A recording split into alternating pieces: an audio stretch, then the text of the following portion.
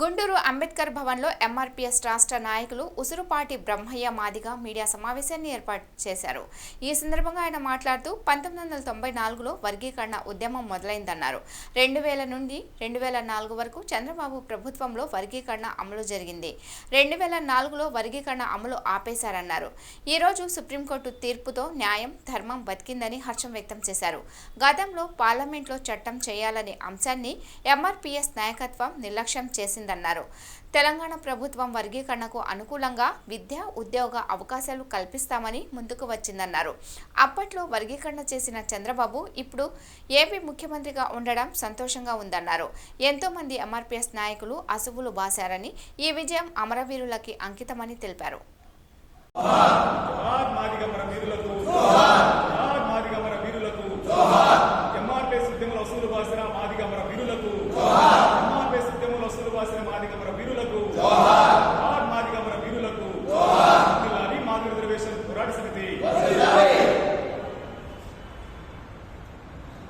SC రిజర్వేషన్లను ఏబిసిడీలుగా వర్గీకరించాలని 1994 July 7న ప్రకాశం జిల్లా నాగులపాడు మండలం వీదుగుడి గ్రామంలో ఏర్పడిన ఎంఆర్పీఎస్ ఉద్యమం ఎస్సీ రిజర్వేషన్ల వర్గీకరణ సాధించడం కోసం 30 సంవత్సరాల సుదీర్ఘ పోరాటాన్ని నిర్వహించిన విషయాన్ని గుర్తు చేస్తా ఉన్నాం.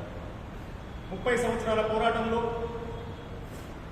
94లో ఎంఆర్పీఎస్ ఉద్యమం మొదలైతే 94 నుంచి 97కే వర్గీకరణ సాధించుకున్న విషయాన్ని గుర్తు చేస్తున్నాం.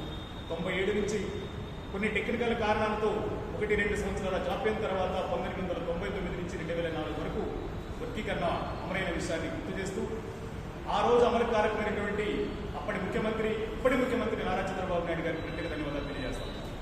అదేవిధంగా 2004లో మా సోదర సామాజిక వర్గానికి సంబంధించినటువంటి ఈవి చిన్నయ్య గారు ఎస్సీ వర్గీకరణ చెల్లదంటూ సుప్రీంకోర్టును ఆశ్రయించడం, సుప్రీంకోర్టు 2004 నవంబర్ 5న ఎస్సీ వర్గీకరణ భారత రాజ్యాంగంలోని 340 అధికారుల ప్రకారం ఎస్సీలో కానీ ఎస్టీలో కానీ కొన్ని కులాలను కలపాలన్నా తీసేసిన అధికారం రాష్ట్రాలకు లేదని చెప్పని పార్లమెంటులో చట్టం చేసుకోమని చెప్పి రద్దు చేసిన తరుణం నాటి నుండి నేటి వరకు ఎంఆర్పీఎస్ ఉద్యమం తమ పోరాటాన్ని కొనసాగిస్తుంది. అయితే ఎంఆర్పీఎస్ ఉద్యమానికి నాయకత్వం వహిస్తున్న నాయకుడు 2004లో వర్గీకరణ రద్దయితే నేటి వరకు కూడా సుప్రీంకోర్టులో వర్గీకరణ అంశ పరిష్కారానికి రోజుకున్న దగ్గరికి వచ్చే నాటికి ఆయన పార్లమెంటులో చట్టం కావాలి, పార్లమెంటులో చట్టబద్ధ కల్పించాలని చెప్పని మాదిగలని మాదిగ జాతి ఉద్యమాన్ని మభ్యపెట్టుకుంటూ ఈ రోజు వరకు రావడం జరిగింది. కానీ ఈ రోజు ఎట్టకేలకు న్యాయం, ధర్మం బతుకుంటారనడానికి తాత్కాలికంగా అధర్మం విజయం సాధించిన చివరికి న్యాయమే గెలిచిందనడానికి ఉదాహరణ ఈరోజు సుప్రీంకోర్టు ఎస్సీ వర్గీకరణ విషయంలో, ఎస్సీ వర్గీకరణ విషయంలో రాష్ట్రాన్ని అమలు చేసుకోవచ్చని చెప్పించినటువంటి చారిత్రాత్మకమైన తీర్పుని మేము మనస్ఫూర్తిగా స్వాగతిస్తా ఉన్నాం. అదేవిధంగా ఈ రోజు సుప్రీంకోర్టులో ఎస్సీ వర్గీకరణ అంశం పరిష్కారానికి నోచుకోవడానికి, ఆ చారిత్రాత్మకమైన తీర్పు రావడానికి కారణం పంజాబ్ ప్రభుత్వం, పంజాబ్ హర్యానా ప్రభుత్వాలు ఎస్సీ వర్గీకరణ కోసం న్యాయ పోరాటాన్ని సుదీర్ఘంగా 20 సంవత్సరాల పాటు న్యాయ పోరాటాన్ని కొనసాగించిన నేపథ్యంలో ఈ రోజు సుప్రీంకోర్టు తీర్పును నోచుకుందన్న విషయాన్ని కూడా స్పష్టం చేస్తా ఉన్నాం. 2004లో రద్దయితే ఈ రోజు వర్గీకరణ ఆంధ్ర, తెలంగాణ రాష్ట్రాలు ఉమ్మడి రాష్ట్రంలో వర్గీకరణ ఉద్యమాన్ని నడుపుతున్న నాయకులు పార్లమెంటులో చట్టం చేయాలని చెప్పి గల్లీ పోరాటాలు చేశారు.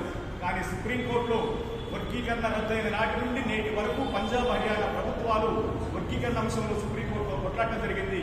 దాని ఫలితం 2020 ఆగస్టు 27వ తారీఖున అగ్నిమిశ్రాతో కూడినటువంటి ధర్మాసనం రాష్ట్రంలో రిజర్వేషన్లు ఇచ్చే అధికారం ఉన్నప్పుడు పంచుకునే అధికారం కూడా రాష్ట్రాలకే ఉంటుంది అని చెప్పి పంజాబ్ చేస్తున్నటువంటి పోరాటాన్ని సమర్థిస్తూ, పంజాబ్ ప్రభుత్వం చేస్తున్న న్యాయ పోరాటాన్ని సమర్థిస్తూ ఆ రోజు EV Chennai versus Andhra Pradesh government తీర్పును పునఃసమీక్షించాలని చెప్పడంతో పాటు మేము 5 మంది జడ్జీలమే, అప్పుడు 5 మంది జడ్జీలే కనుక దాన్ని నియంత్రించే అధికారం మాకు లేదు కనుక ఉన్నత ధర్మాసనం ఏర్పాటు కావాలి, రాజ్యాంగ ధర్మాసనం ఏర్పాటు చేయండి అని చెప్పిన అభిప్రాయం చెప్తూ అది 7 మందితో 9 మందితో ధర్మాసనం ఏర్పాటు చేసిన విషయాన్ని తీర్పు చెప్పిన విషయాన్ని మేము గుర్తు చేస్తున్నాం. దాని ఫలితంగా ఉన్నత రాజ్యాంగ ధర్మాసనం 7 మంది సభ్యులతో ఏర్పడటం, ఏర్పడితే 7 సభ్యులతో ఏర్పడినటువంటి ధర్మాసనంలో ఈ రోజు కూడా తీర్పును గమనిస్తే చంద్రచూడ్ గారి నాయకత్వంలో సుప్రీంకోర్టు ప్రధాన న్యాయమూర్తి చంద్రచూడ్ గారి నాయకత్వంలో ఉండబడినటువంటి 7 మంది ధర్మాసనంలో ఒక్కరు వ్యతిరేకిస్తే 6 మంది ఏకగ్రీవంగా ఎస్సీ ఎస్టీలకు వర్గీకరణ జరగాలి, వర్గీకరణ జరగకపోతే విద్యా ఉద్యోగ రంగాలు లేకుండా వర్గీకరణ లేకుండా పోతే వెనకబడిపోతా ఉన్నారు, అన్యాయం జరుగుతుందని చెప్పి సంపూర్ణంగా స్వాగతిస్తా ఉన్నాం. ఇన్నాటికి న్యాయం ధర్మం గెలవడం కోసం, న్యాయం ధర్మం గెలుస్తుంది అని చెప్పడం కోసం సుప్రీంకోర్టులో న్యాయ పోరాటం చేసినటువంటి పంజాబ్ హర్యానా ప్రభుత్వాలకు, ఆంధ్రప్రదేశ్ తెలంగాణ రాష్ట్రాలతో పాటు దక్షిణాది రాష్ట్రాల్లో ఉన్నటువంటి మాదిగ పక్షాన్ని కూడా ప్రత్యేకంగా మేము ధన్యవాదాలు తెలియజేస్తున్నాం, కృతజ్ఞతలు తెలియజేస్తున్నాం. అదేవిధంగా సుప్రీంకోర్టుని తీర్పు వెలువడుతున్న సందర్భంలోనే ఆ సుప్రీంకోర్టు తీర్పుని మేము స్వాగతిస్తున్నాము. మేము రాష్ట్రాలు అమలు చేస్తున్న దగ్గర ముందు వరుసలో ఉంటాము. ఈ దేశంలోనే ముందు వరుసలో ఉండే దగ్గర మేము మా ప్రాధాన్యత ఉంటుందని చెప్పని తెలంగాణ రాష్ట్ర ముఖ్యమంత్రి రేవంత్ రెడ్డి గారు ఈ రోజు వర్గీకరణ అంశాన్ని అమలు చేసుకునే దగ్గర ముందు వరుసలో ఉంటామని ప్రకటన చేయడంతో పాటు అన్ని నోటిఫికేషన్లు నిలుపుదల చేసి వర్గీకరణ అమలు జరిగే విధంగా మేము ప్రయత్నం చేస్తామని చెప్పడానికి మేము మనస్ఫూర్తిగా స్వాగతిస్తా ఉన్నాం. ఆయనకు అభినందనలు తెలియజేస్తా ఉన్నాం. అదేవిధంగా ఆంధ్ర రాష్ట్ర ముఖ్యమంత్రి గారు వర్గీకరణకు మూల సూత్రధారి, వర్గీకరణను సమర్థించిన ఆయన, వర్గీకరణ జరిగితే మాదిగ లభించారని చెప్పి ఆశించినటువంటి ముఖ్యమంత్రి నారా చంద్రబాబు నాయుడు గారు ఈ రోజు ఈ రాష్ట్రంలో ముఖ్యమంత్రిగా ఉన్నారు. ఆయన ఎన్నికల సందర్భంలో కూడా వర్గీకరణకు కట్టుబడి ఉన్నామని, అది అవసరం అనుకుంటే జిల్లాల వారీగా వర్గీకరణ చేస్తామని చెప్పినటువంటి సందర్భాన్ని కూడా మీకు గుర్తు చేస్తున్నాం. అదే కాకుండా పెద్దలు 94లో ఆయన ముఖ్యమంత్రి ఉన్నప్పుడు వర్గీకరణ ఉద్యమం మొదలైంది. 97 ఆయన ముఖ్యమంత్రిగా ఉన్నప్పుడే వర్గీకరణ అంశాన్ని పరిష్కరించాడు. 99లో ఆయన ముఖ్యమంత్రిగా ఉన్నప్పుడే వర్గీకరణ అంశానికి సగా గవర్నర్ ఆర్డినెన్స్ తీసుకొచ్చి రాష్ట్ర విధానంతో అమలు చేసిన విషయాన్ని కూడా మేము గుర్తు చేస్తా ఉన్నాం. కానీ ఇన్నాళ్ళకు మళ్ళా గౌరవ ముఖ్యమంత్రి చంద్రబాబు నాయుడు గారు ఉన్నప్పుడే సుప్రీంకోర్టు కూడా రాష్ట్రాన్ని వర్గీకరణ అమలు చేసుకోవాలని చెప్పి తీర్పు రావడం కూడా సంతోషదాయకం. అది ఆంధ్ర రాష్ట్రంలో ఉన్నటువంటి మాదిగ ప్రజల ఆశలు మరింత అడిగిలుగా విరజడానికి ఉపయోగపడే విధంగా మేము భావిస్తా ఉన్నాం. అదేవిధంగా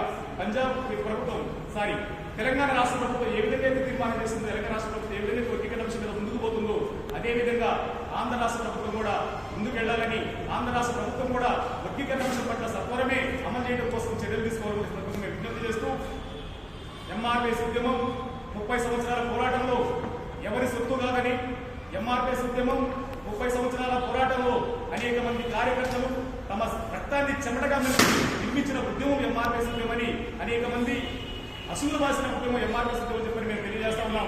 మొదటి దశలోనే సిర్రా నాగేశ్వరరావు, మీరా సాహెబ్లు అమరులయ్యారు. అదేవిధంగా తెల్లబండ రవి మాదిగ తన ప్రాణాలు అర్పించాడు. గాంధీ భవన్ ఘటనలో దామోదర మాదిగ, సురేంద్ర మాదిగ, మహేష్ మాదిగ ప్రాణాలు అర్పించాడు. పార్టీ మాదిగ ప్రత్యక్ష పోరాటంలో తన ప్రాణాలకు పణంగా పెట్టింది. ఎలాంటి ఎంతో మంది ఎంఆర్పీఎస్ నాయకులు తమ ప్రాణాలు ఈ రోజు అన్ని రాష్ట్రాలకు సుప్రీంకోర్టు కేంద్రం అభిప్రాయం అడిగినప్పుడు ఆంధ్ర రాష్ట్ర ప్రభుత్వం తరఫున అప్పుడు అడ్వకేట్ జనరల్ ఉండబడినటువంటి ఆయన కూడా వర్గీకరణకి సుప్రీంకోర్టు తీర్పు ఇచ్చేటువంటి తీర్పు అనుగుణంగా మేము ముందుకు పోతామని మాత్రమే చెప్పడం జరిగిందన్న విషయాన్ని మేము తెలియజేస్తాం. అంటే విధంగా ప్రత్యేకంగా ఎస్సీ వర్గీకరణ కోసం కార్యాచరణతో ముందుకు పోతామని చెప్పని ఎక్కడ వైసీపీ అనలేదు. కానీ సుప్రీంకోర్టు తీర్పు అనుగుణంగా ముందుకు పోతామని చెప్పని సుప్రీంకోర్టు వర్చువల్ గా చేసినటువంటి మీటింగ్ లో ఈ వైసీపీ గవర్నమెంట్ లో ఉన్నటువంటి అడ్వకేట్ జనరల్ పాల్గొని సుప్రీంకోర్టు తీర్పుకు అనుగుణంగా ఎస్సీ వర్గీకరణ అంశంలో ముందుకెళ్తామని చెప్పి మాత్రం చెప్పడం జరిగింది.